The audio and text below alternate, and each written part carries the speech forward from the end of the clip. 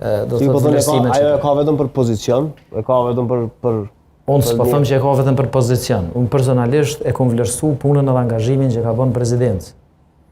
Kam qenë favor të bashkëpunimit të këtij binomi.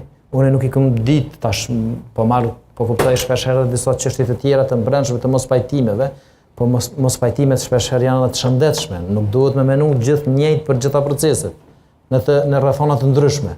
Unë personalisht jam në favor të idesë së vazhdimit të partneritetit të këtij binomi të vitit 2021, ndërsa kryeministri ka mbrojtur idenë se presidentja e gjerdhjeshme, si ta themi, ka ma shumë afinitet dhe prirje me marrë pozicion ekzekutiv, ma shumë se sa rol përfaqësimin nga pozicioni i presidencës, për shkak se me qenë se është person ma dinamik, është ma mirë me qenë në ekzekutiv dhe thjesht me marrë përgjegjësi nga pozicioni ekzekutiv. As do të ishte një degradim kë?